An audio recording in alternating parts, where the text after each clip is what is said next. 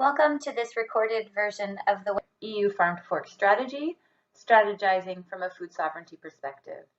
This webinar was originally recorded July 1st as part of the World Social Forum of Transformative Economies. And before we launch into the webinar, it's important to recognize that the content we discuss in this webinar builds on a longer history of interaction and engagement by a number of food sovereignty scholars. Many of us connected at the NELENI Europe and Central Asia meeting a few years back and have continued to collaborate in various ways, thinking through the implications of our own participation in food sovereignty movements, as well as how our research links to the objectives of food sovereignty. And more recently, we came together as a collective to analyze the EU Farm to Fork strategy. And as I mentioned, the content that we discussed today really stems out of that collective analysis.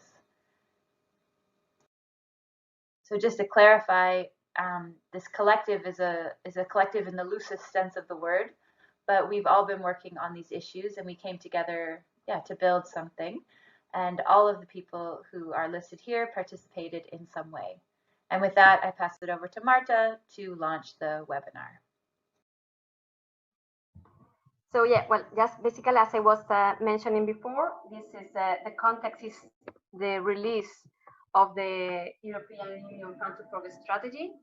That in the end it will influence future policies around agriculture and food in the European Union. And of course, it's a very relevant document that we have been waiting for some months. And well, this was released on the 20th of May. As we know, the context, the objective of this document is to build a fair, healthy, and environmentally friendly food system, as we all want. But actually, they fail to do this very, very strongly. So they aim to build this fair, healthy, and environmentally friendly food system following current neoliberal pillars and principles, and we all know that this is not possible. So in this context, is, as I said before, that we developed this document, and our objective today, in the session today, is discuss and present which are the key aspects of the strategy and what we presented in our document as some contra proposals, as a criticisms to this EU Farm to Fork strategy. You will see we have different presenters that will be tackling different aspects like production, consumption, and so on. And then we would like to gather feedback from people who is participating in this session today, and if possible, and we will also be very happy to strategize which will be the next steps after we have already published this document. So next slide, please. These are our presenters today. This is Christina Blanc, who will be talking from the production perspective. Chiara who will be talking about the role of cities. Moragues, Faus, that will be talking from the consumption and governance perspectives. Tomaso, Ferrando, that will be tackling the issue of trade and markets, very relevant as well in the document. And then Fernando García-Dory will be contextualizing all this in the context of how we can overcome green economy from a different perspective, which is not the neoliberal one. So next one, Christina, the floor is yours. Okay, thanks, Marta. I'll start with the production aspect of our letter. So to ensure a sustainable food production, we said that we need to make concrete changes in the current food system, which is dominated by the industrial production. Biodiversity loss, the exploitation of labor, and great use of pesticides and fertilizers are the problems we face in today's industrial food production. And when we were looking at the strategy, we saw that the strategy supports the industrial production system, but it does not support small-scale farmers and peasants who would favor agroecological ways of production. So therefore, we call for a more sustainable food production, and we also call for a full alignment between the strategy and the future common agricultural policies, which still needs to be concretely like spelled out for the time period after 2020. In particular, in our letter, we highlighted 4 points that need to be considered and discussed when we talk about production. The first one is agroecology. And here the strategy highlights the role and the potential, for example, of organic farming, but it does not really adequately define what organic farming means. Agroecology is mentioned as a concept in the strategy, but it's also defined in a very limited way. And it focuses very much on the building of new knowledge and innovations, and the question how to scale up small-scale practices. But we say that instead we need more ambitious targets that need to promote really ecological practices to increase the biodiversity and the soil fertility, and to reduce the erosion and the contamination of soils, water, and air. The second point tackles the question of accessibility to natural resources. And here we can see that food producers across Europe, they really struggling to get access to affordable land, and but that this is not an issue that is tackled in the strategy. Also land concentration, which is a problem, is not really mentioned in the strategy. And the strategy also remains silent on alternative supply chains, which would provide accessible and healthy food. What it does, that it focuses really much on global food value chains. So this is what we also identified as a major problem. The third aspect of production concerns knowledge workers. Our current food system relies on underpaid, undeclared, and precarious farm and food sector workers who operate in an exploitative and and don't have good working conditions. Most of these workers are women and migrants. And here the strategy says that they support job creation, but it doesn't say what kind of jobs and for whom those jobs will be created. And we demand a more clearer vision for jobs that ensure gender equality and jobs that ensure secure and good working conditions. And then the last point regarding production concerns animals, livestock, and fisheries. Here we identified that there is a lack of a target regarding the reduction of the overall stock of animals, although we know that animals, like the overall number, need to be reduced because they emit a lot of greenhouse gases. Also, the strategy remains silent on the question of mobile pastoralism and extensive livestock systems. And finally, it also doesn't say much about like sustainable fisheries, but what we found is that the focus of fisheries is very limited in the strategy, because it tackles mostly the question of management of stocks in the Mediterranean Sea, and it talks about agriculture, but for example, it does not consider the question of overfishing of EU vessels outside the Mediterranean Sea. And with this, I'd like to pass on to my next colleague. Thank you, Christina. I just forgot to say that you did very well, actually, but just for the rest of people to know, we have 5 minutes per person. So I'm taking the time, and if you expand too much, then it will be my role to remind you that you have 5 minutes. Okay, so this is my turn now. I'm expanding on a part on the role of cities. So the Farm to Fork strategy doesn't mention either cities or urbanization, as if farming was not affected by expanding urbanization and the ongoing alienation of consumers from the reality of the producers. So we expanded, well, in the document we published, there was a small section on this, but we have a longer material that we aim to still publish in a way, and I'm expanding on this. So the first point to be mentioned here is the issues of land. So farmers are not based only in remote rural areas, so they often operate in fringe territories, in peri-urban contexts, and they are constantly surrounded by new urban development and suburbanization. So a food system that is really willing to shorten food chains need to address the ongoing destruction of farmland near cities, and especially in green belts. Needs to halve speculative land markets that render agricultural land unaffordable, and also need to address the issue of soil erosion and permanent sealing of top quality agricultural land. So what we would like to see it is the development of proactive policies that enable land access for agroecological food production in the proximity of cities.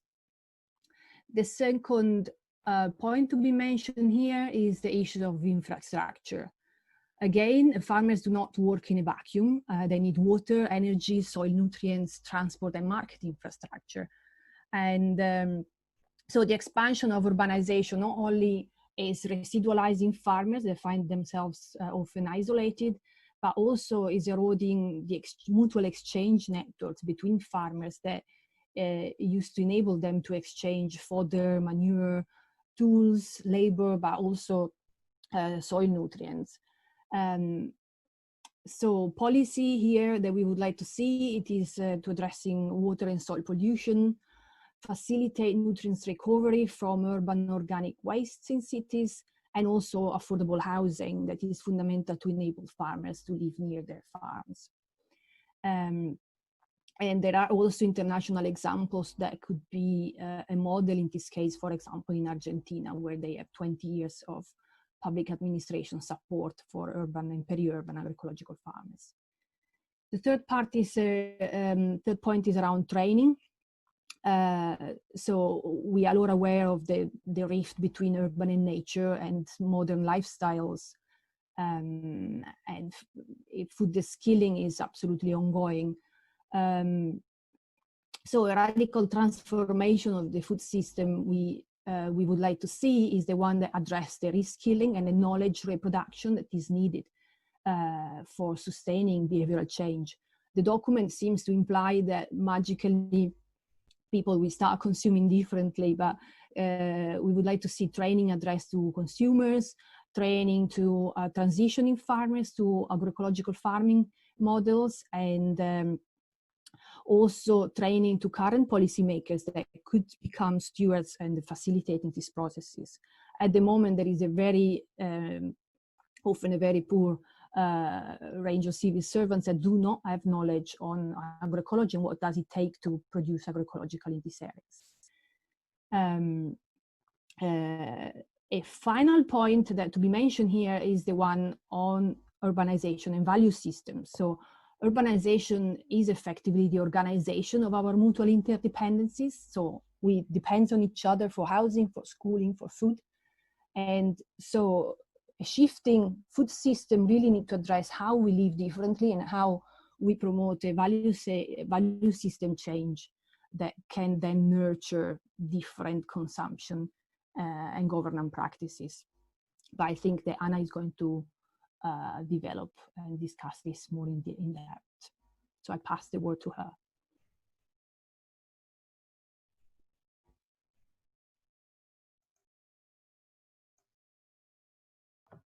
Anna? I have to put on my video. Let's see if I can. Okay, hello everyone. Yeah, I'm going to talk about consumption and governance, which are two things that are addressed in the Farm to Fork strategy and also are addressed quite at length in the collective response. First, in terms of consumption, one of the key things of the Farm to Fork strategy is that it recognizes the relevance of food environments, and it also defines food environments understanding as the context that has a political dimension and a socio-cultural dimension. So I think we think this is important in terms of shifting the way that we think about how we make decisions around food. And also the document does highlight some things around some key instruments that can be used, for example, taxes, although it falls short on thinking a bit more or highlighting some of the ways or the hows in terms of how is this going to be addressed. One of the key things of the farm to fork strategies is that it says that the most sustainable food should be the most affordable, which is quite a big challenge, and it will require a massive transformation of the food system, but also unpacking a bit more what is the cost of food, whether we want to make sustainable food cheap, and what are the implications of that as well. So I think there's a lot to discuss around that narrative of affordability and food prices. In terms of the consumption, some of the things that are highlighted in this collective response are as well the importance of not when we think about food environments, for example, the marketing and advertising strategies, and there are key instruments that have been applied lately, which are basically voluntary schemes, and we have seen how these have failed systematically.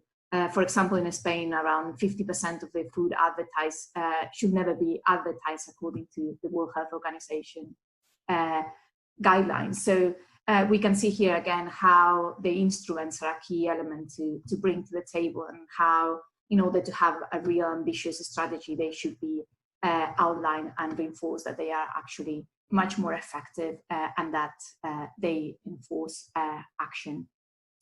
The other element in terms of consumption would be the importance of not thinking about only choice editing or giving information or the freedom of consuming, and therefore just leaving the consumers to vote with the fork or the wallet, but also to ensure this right to sustainable food and actually food sovereignty, to treat consumers not as consumers, but to actually think about as citizens, and therefore being able to have a voice in our food system beyond just our purchasing capacity, which we know it excludes many people from actually expressing their choices. And we have seen things through COVID and other processes such as Brexit, where we see that people actually want more sustainable food, but they just cannot afford it.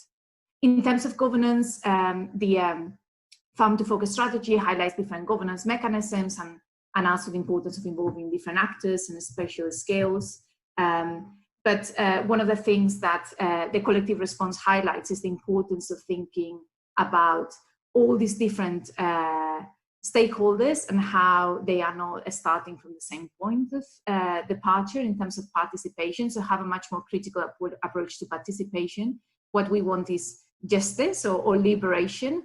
So thinking beyond equality and that everyone or every stakeholder has the same speaker or voice, but also thinking about how we actually can reinforce more just participation to actually create this more fair food system. So one of the things that the collective document proposes is to further multi-level governance, think about decentralization and the mechanisms to do that. And there's a lot to learn from food movements here, and also have a much more democratic approach embedded within these different ways of participation that can actually give voice to those that are more vulnerable in the food system. And I think I will leave it to the next speaker now. That's right. So I assume that's me.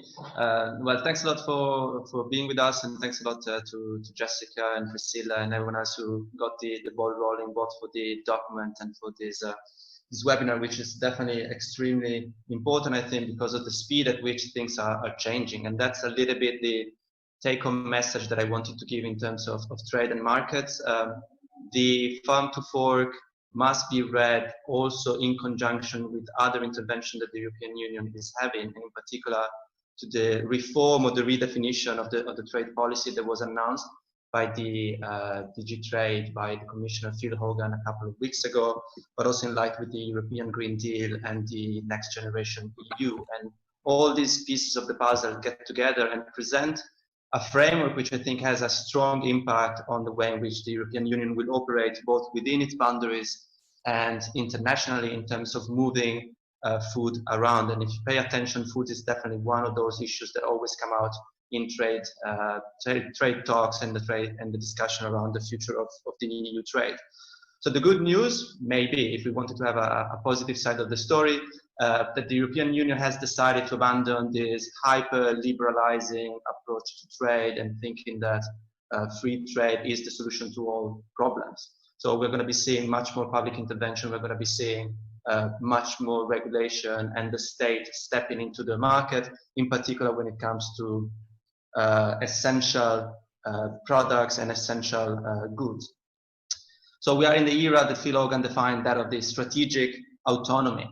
And that idea of the strategic autonomy is really the problem, I think, at the moment, because what is going to be happening is the European Union is going to be operating with two sides or two faces. On the one hand, it's going to be promoting the idea of regionalization, reshoring, bringing food close to consumers because we realize how food insecure the European Union is.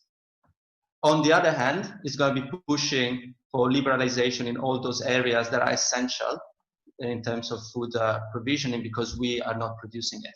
So Europe is going to be taking away from farmers all over the world those things that Europe can do.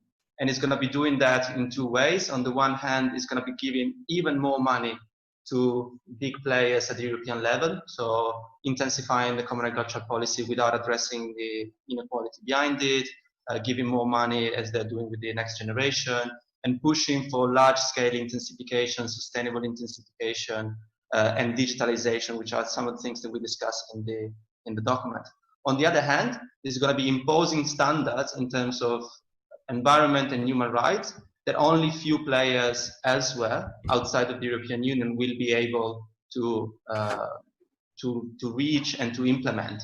So the idea of reshoring and bringing back to Europe is clearly going to have an impact on the possibility for farmers all over the world, and it's going to be having a regressive implication in terms of favoring big players both within the EU and abroad and outside of the EU. And I think that that's very important. On the other hand, it's clear the European Union will try with bilateral trade agreements, free trade agreements, to have easy access to all those inputs that are essential because we don't produce them. So every time that Phil Hogan talks about food, says that we should not be worried as Europeans because we will continue having a cup of coffee every morning.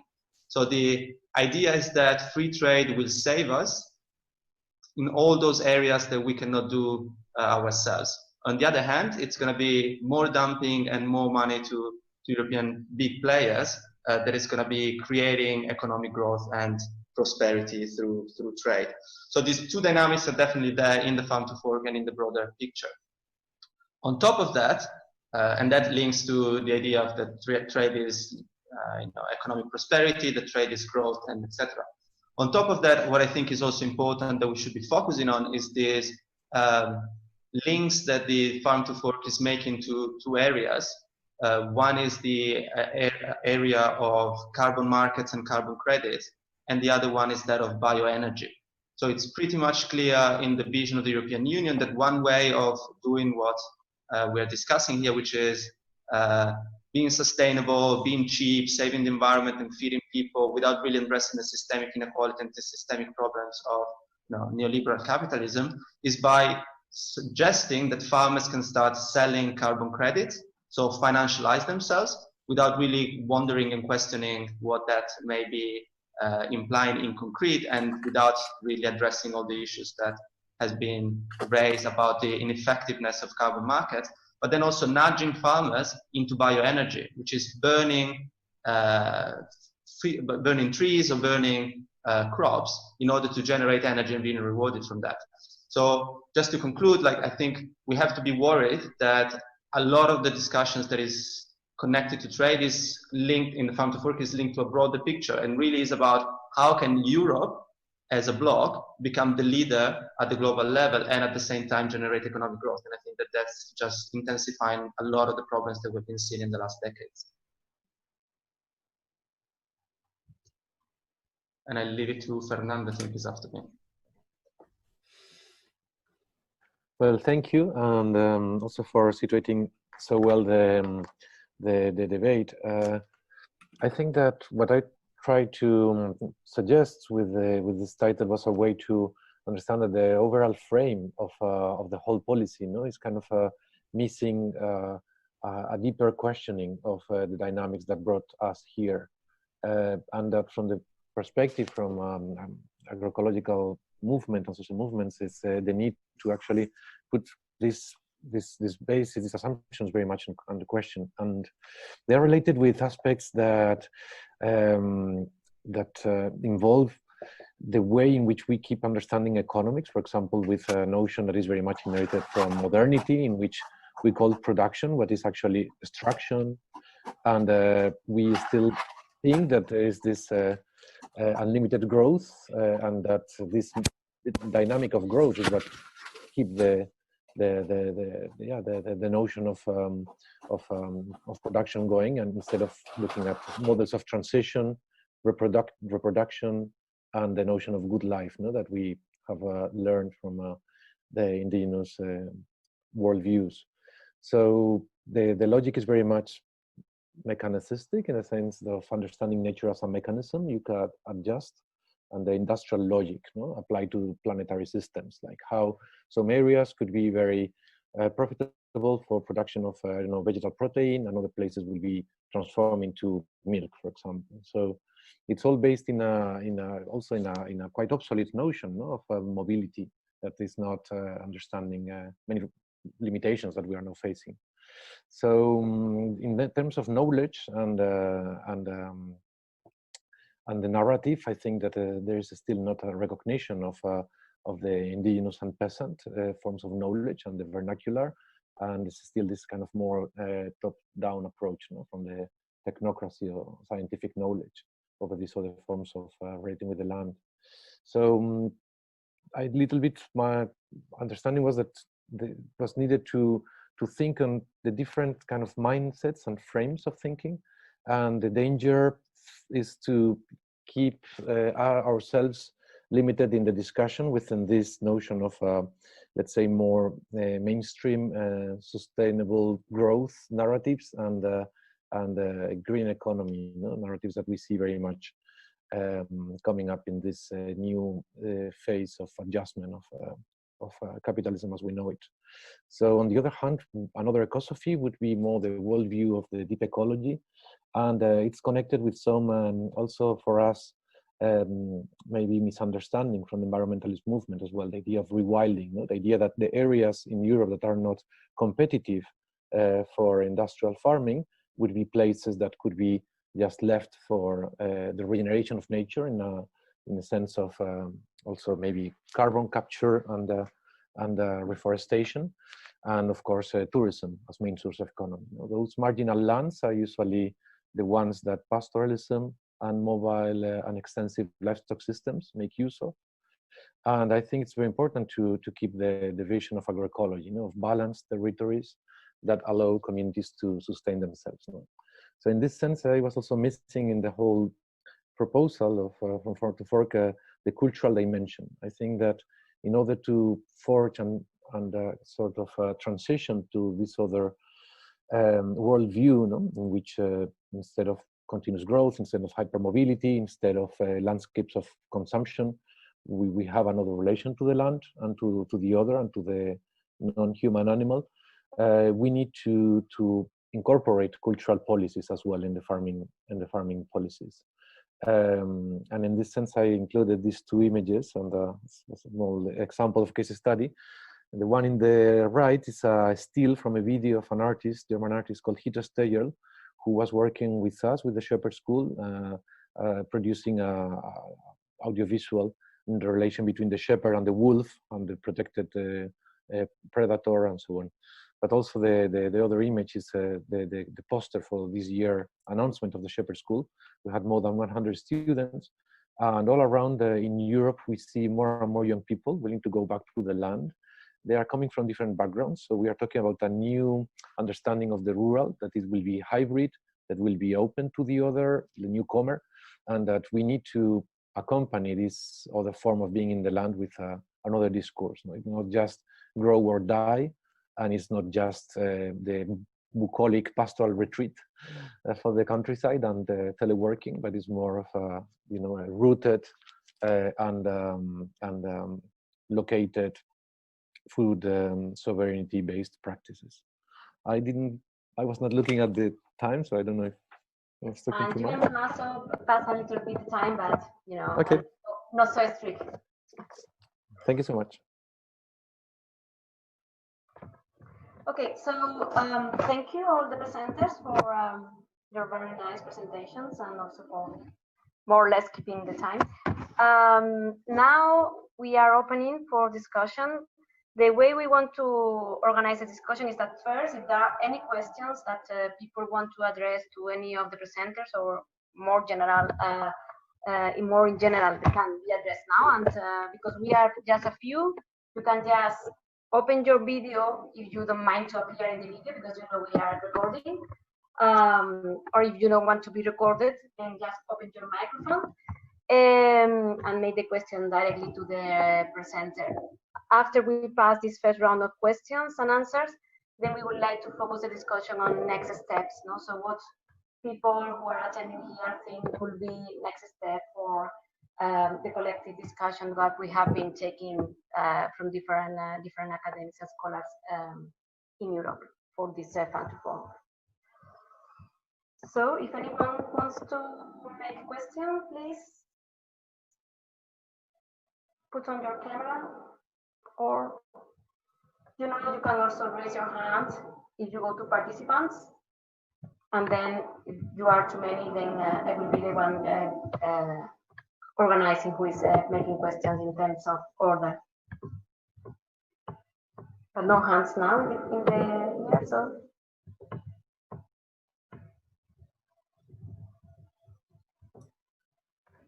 Maybe then I could ask a question, Martha.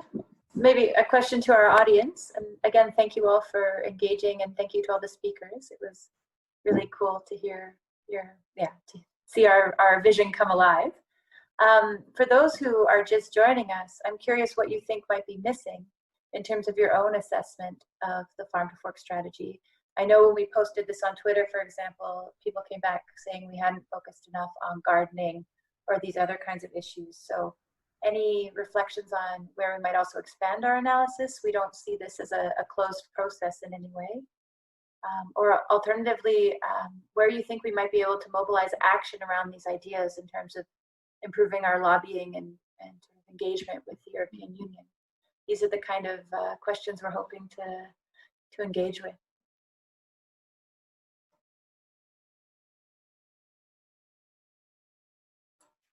Don't be shy. There are no wrong answers. So Mariana, you can open your micro. Hi, can everyone hear me? Yes.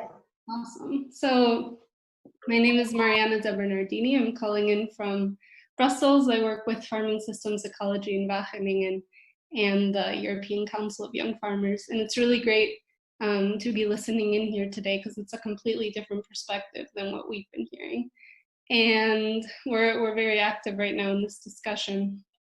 And in general, our members actually feel that, and what we're hearing a lot is that the Farm to Fork is extremely ambitious. And I'm curious how you reckon with this, with the fact that for a lot of farmers, their reality is that the type of ambitions are not realistic by 2030, and they're already being asked a lot. And so I'm really interested to hear how you're including this in your analysis. Another thing is that I was very happy to hear that access to land is also a big issue that you recognize, because it also is for us. And it's something that we definitely expected to be in the Farm to Fork, and which it wasn't. So I think that's really something to focus on and to push for, because it's going to be crucial for ensuring the next generation of farmers. Yep, that's everything. Thank you for hosting this event. So if presenters want to reply, please raise your hand so I can see you, and try to organize if more than one wants to reply. If it's only one replying, then I don't need to give both. So who wants to give an answer to Mariana? Who wants to start? If not, I can do it, but I mean, I was part of the process too, no? And then you can, and then any other presenters also can please build on what I said. Yes, one of the things we have actually seen is that definitely the major problem is that the Fund to focus very much on the, if we talk from an academic perspective, on the natural science side, in a way, it's like we can reduce 50% fertilizers, we need to reduce 30% of pesticides and so on. So these are like clear targets which are very much on the natural science side. But when we go to the social science, where I would say most of the academics working on social science, we are very clear about the real problems of the agri-food system, European agri-food system, both in terms of production, distribution, trade markets, and consumption. It completely fails. There's nothing. There's just some mentions, as Anna was explaining, some mentions about the food environment, very weak, very, very weak. And this also, at the end, brings the Fund to Fork strategy towards contradictions within the own strategy, because it really fails to put the focus where it has to be, and fails to really make explicit that the main problem of we have now in the agri-food system in Europe is that it's focused on neoliberal and capitalist industrialization, the way of producing and consuming food. When food is a right, the right to food, and then we really need to change how food is produced and valued by people, cultural dimensions, political dimensions, which are completely not even mentioned in the Fund to Fork, very, very slightly mentioned. So this is what actually perceived, that's the need to really change the discourse, that really need to change the narrative. What is very interesting when I did an introduction, this advisory group of the European Commission, the scientific advisory mechanism, when they already presented the report, which was what is the social science evidence telling us if we want to transform the European food system. And the social science main message was we need to change the narrative, we need to change really consider food in the European Union. And they have not even taken into consideration what the scientists have already said. Even we are, in the scientific and evidence-based society, policy making, and so on. But if you don't like what science tells you, then you just escape and go to, to what is in a way more easy, which is these technical solutions of 50% fertilizer and so on. So this is one of the things I would say according to your question, Mariana. I think Christina, Chiara wanted to say something. Yes. In terms of just commenting on whether the strategy is ambitious, surely the sentence that there is the ambition to make food sustainable to everyone, it sounds extremely ambitious. But then if you have a real knowledge of the degree of poverty that there is in the community, the level at which community people can't really even afford to buy food in supermarket, which is extremely cheap already and is already strangling farmers, then you start wondering either you are going to massively subsidize farmers, and I know, because it also said it wants to be remunerative for farmers. So if farmers are going to be paid properly, who is going to pay the gap between a wage that is decent wage for a livelihood for the farmer and the price that many people in poverty can afford? So in this sense, the strategy doesn't say anything on it. So either we are going to re-change or redefine what sustainability is. So is it agroecological food, or is it just a vague organic food? And that all, what does that all for everyone includes? I mean, is it really inclusive? So in that sense, we were skeptical in reading this document, because it needs to provide appropriate measures, so it needs to be clear in terms of the steps ahead.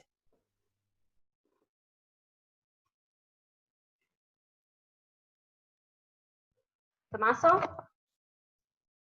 Yeah, just adding a little bit of that. I think that a lot has already been said, but I think the ambition can be problematic for some farmers, because I totally agree that being told that you have to reduce by 30% to 25% the kind of way in which you do business at the moment, and you have to do it because someone has decided that that's the number that you have to reduce it, can be extremely problematic.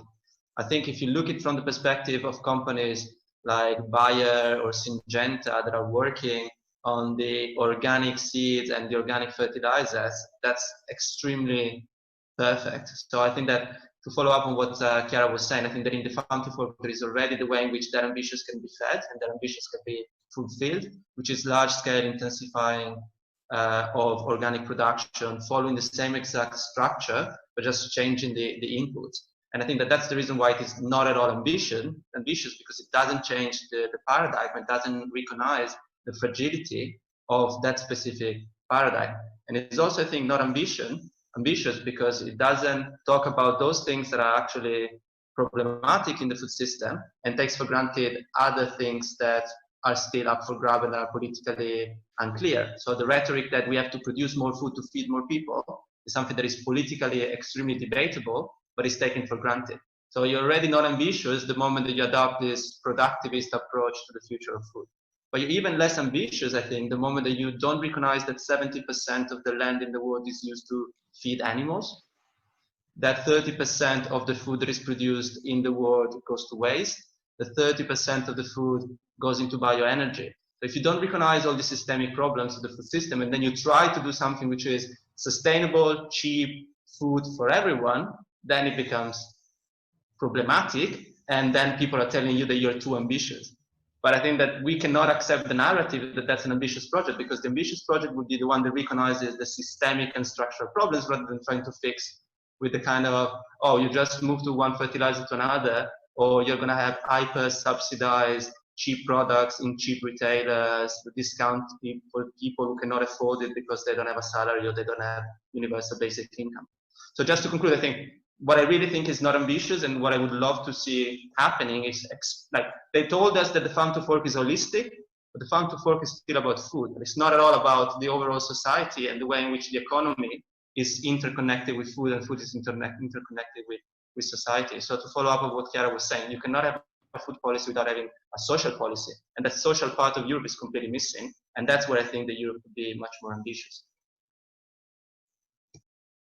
Okay, so Genevieve is next, and then Christina. Yes. I don't know if you can hear me and if my video is working at all. I don't know, in fact. I think first I want to say that I'm myself a farmer, a member of ECVC. I used to be in the board, but not anymore, but I'm very much involved in this farm to fork strategy, and also the question of the CAP, of the Common Agricultural Policy. I would like to be the advocate of the devil somehow, because we have to think where we come from and where the European Commission is globally and where Europe is globally, that we are a neoliberal space with a lot of big players playing in Brussels and making their own agenda. And this farm to fork strategy is kind of an attempt to change things. Of course, it's really far from being perfect, and it's still in the narrative of growth, of economic growth, and feed more people. But it's an open door. And what I find very interesting is that so many people like you are now involved in that question. So now you're at the table somehow. And I don't know how it will develop and how you, as researchers, academics, or other players, you will be involved.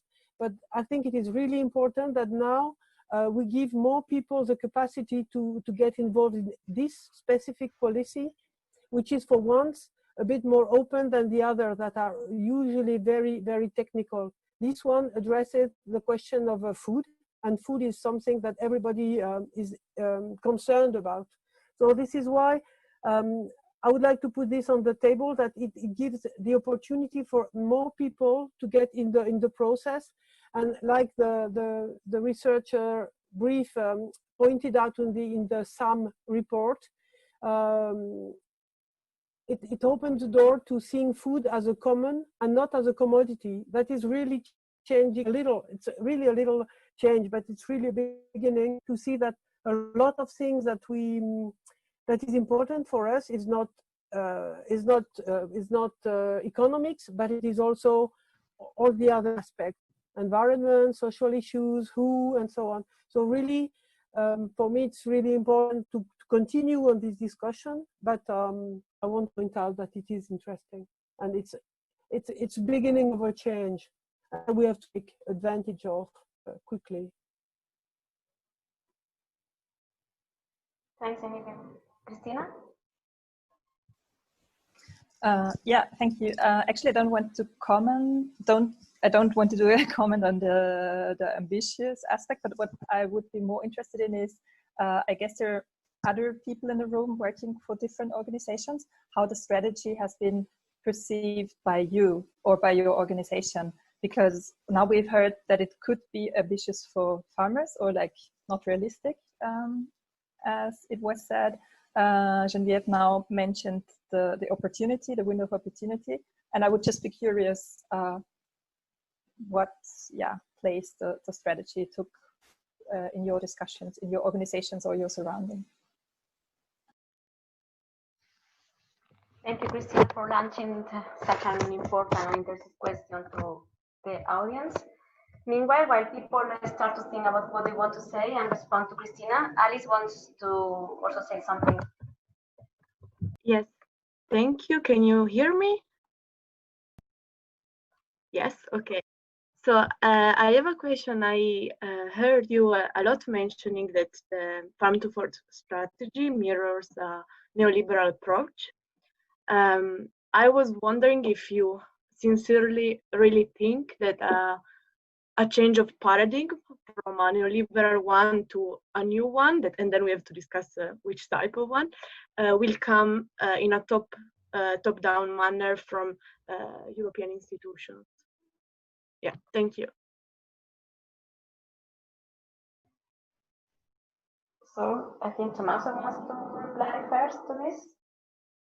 Yeah, it's just like sort of follow up on what Geneviève was saying and connecting with Alice. So I agree that there is an opportunity, and I think that technically speaking or pragmatically speaking, what the Farm to Fork says is that by the end of 2023, there is going to be a EU legislation that is going to put into a legislation a lot of the principles and a lot of the contents of this programmatic document. And so I think that we have 2 years in order to do lobby and intervene at the legislative moment, at the legislative space, in order to appropriate it as much as possible and make sure that in the legislation there are going to be principles that are not those that unfortunately I think are going to be put into the legislation.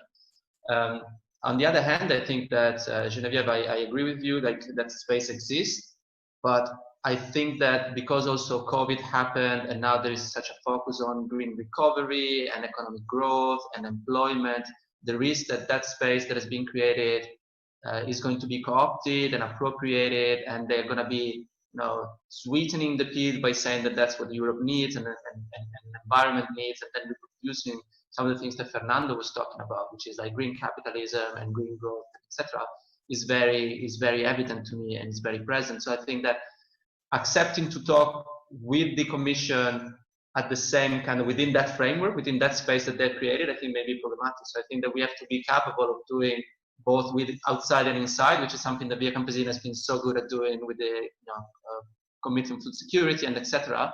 Having a strong voice maybe outside that is pushing the conversation, and then from inside trying to be capable of pushing into legislation specific things that we think are relevant. But my fear is that a lot of people will just buy this rhetoric of the recovery, this rhetoric of the Farm to Fork is ambitious, this rhetoric of the next generation as the transformative thing. And what we're going to be getting is more of the same, just with a nicer face, which I don't think is really what is transformative or is desirable.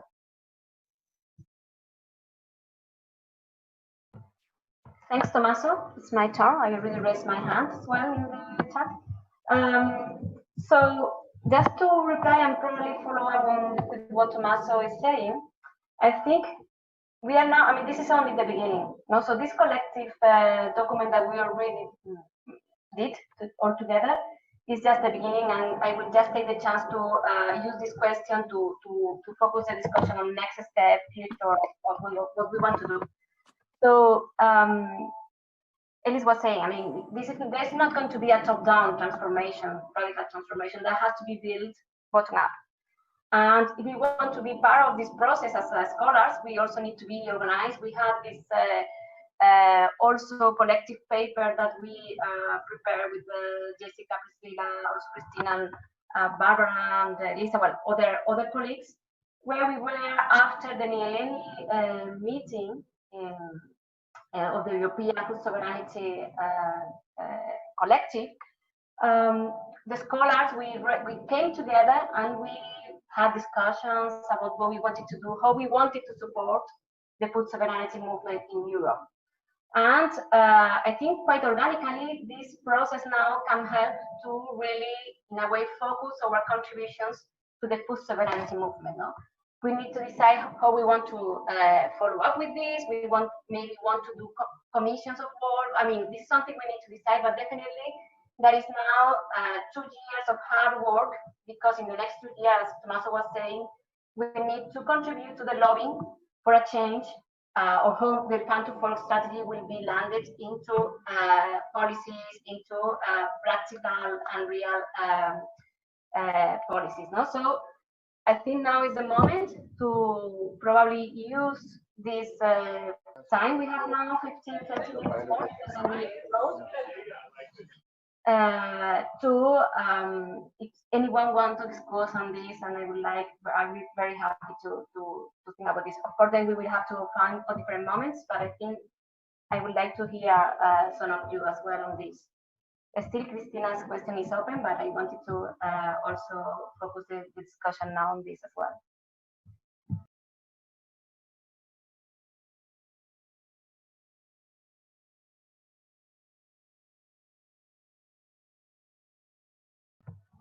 If nobody wants to speak, I can speak, but I don't want to speak.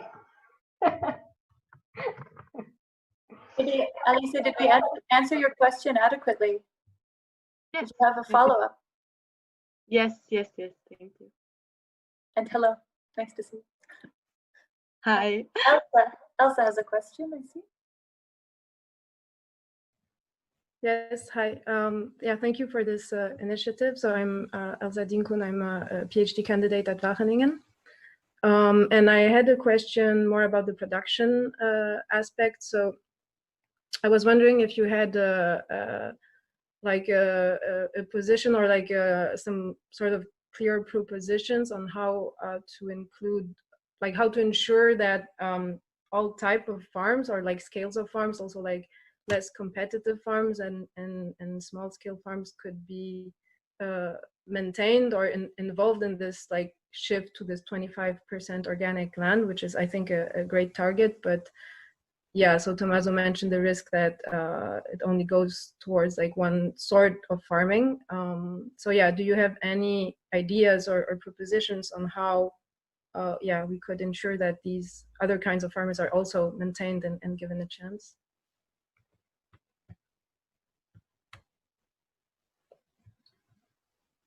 Chiara, you may want to reply that you were on the production part. Chiara?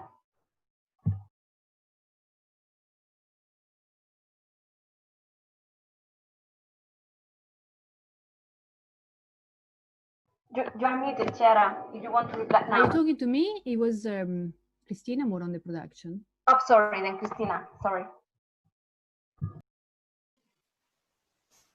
Well, to give you a brief response, we don't have that strategy yet, that we how to also include like different kinds of farms. It was more a call for the necessity to include also small scale farmers. And then maybe you also mentioned Chiara, because she was focusing on the role of the urban scale and how to integrate the urban more into the rural. But there is not a laid out strategy yet that has been formulated. So this is still something that would need to be done. And if anybody here has ideas or strategies on how to draw on that, then please share them with us. Donald wants to speak as well. I'm sorry, Chiara, you wanted to speak, you need to raise your hand. Sorry, am I okay to go? I mean, it's Yeah, not. Donald, you can go, yes. Hiya, I'm Donald Buglas from University of Glasgow, and a PhD student looking at the Common Agricultural Policy and how food sovereignty can fit under the Common Agricultural Policy. So this is absolutely perfect. So thank you very much. It's kind of related to Elsa's question there. A lot of the crofters and the smaller farmers in Scotland don't qualify for the Pillar 1 payments because they own under 5 hectares. However, in COVID responses, there has been a sort of crofters fund being made available to these smaller farmers on less favoured areas. And I was just wondering if the sort of the collective have a response to how payments may be issued under the Common Agricultural Policy and what sort of conditionalities, moving away from just land owned. I think they mentioned in the collective response, there was mention of workers' rights, ensuring workers' rights. But if there's been any sort of thought or agreement on something similar, I mean, we see in England the agricultural bill, and that's sort of tied, you know, delivery of public goods. So I feel there's you know, there's scope there to sort of have a stance on, you know, a proposal of how payments are issued, and then that can sort of align the Farm to Fork and the Common Agricultural Policy, which obviously they're moving parts and it's very difficult. But I was just wondering if, yeah, the sort of collective had a stance on that. Thank you. Thank you, Donald. I think we will not be able to reply all the questions, but we take them as a follow-up also for our internal future projections of things that we want to do together as Futurity scholars. Now is the question for the time for Isabella, then Chiara, and then Tomaso. Isabella? Yes, hello. Hi.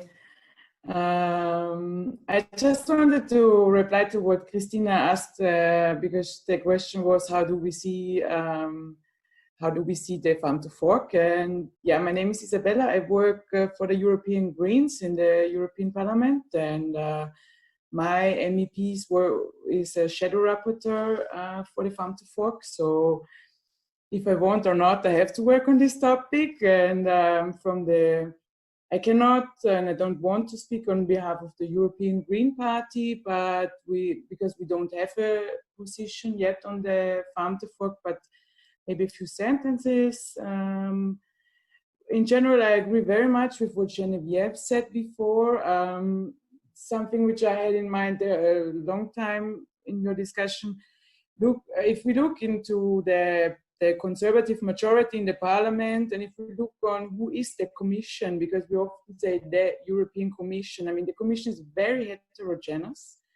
DG Sante, DG Agri, very conservative, DG Envy, bit more open, maybe DG Klima as well. So here is, we should be a bit careful with always only saying the commission, but no, in general, I mean, it's very conservative environment, and the Farm to Fork is interesting in a way, and it's, I think, all what we could have got. It's sad to say maybe, but I don't think it would have been possible. I'm saying that, but I'm not saying that I would not recommend anybody necessarily to work on it too much or to focus all the energy on this, because I'm not sure about it, to be honest. It is a strategy. It has no legal obligation. It's nice words with no binding anything. Nothing is binding. What we do with our approach is a bit now is to look into these 27 concrete actions that have been transposed in the annexes. And here there are some quite interesting things. When we look into animal welfare, I think for the animals, now we can really make a big step forwards. Animal transport slaughter, which is indirectly for farmers also beneficial. And yes, I agree on this point a lot that we really have to I mean, the strategy has many provisions on farming side, but what is with the industry? What is with the processing industry, food industry, feed industry, retail also? The big retail concentration is a big problem. It's hardly addressed. If there's something addressed, it's voluntarily code of conduct for fair business. I mean, everything that is voluntary or code of conduct means nothing, basically. And yeah, we have to really, that's a thing that we have to really push for, to have a farm to fork strategy, not only a farm strategy. And yeah, I think with the common agriculture policy, also one word, I mean, the problem with the farm to fork is that there's no special budget.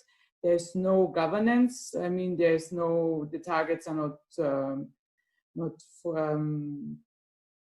binding, and also there's no mechanism for how to control what's going on. So that's why the CAP is so important, because it's the biggest budget, and also the question, where else is there money coming from for implementing really the goals? Maybe the coherence funds or the Horizon Europe, but other than that, we don't know.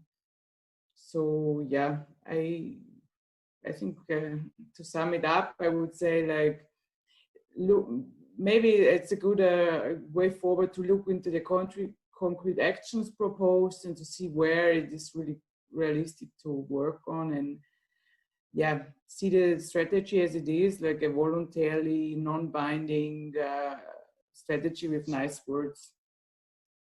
Yeah.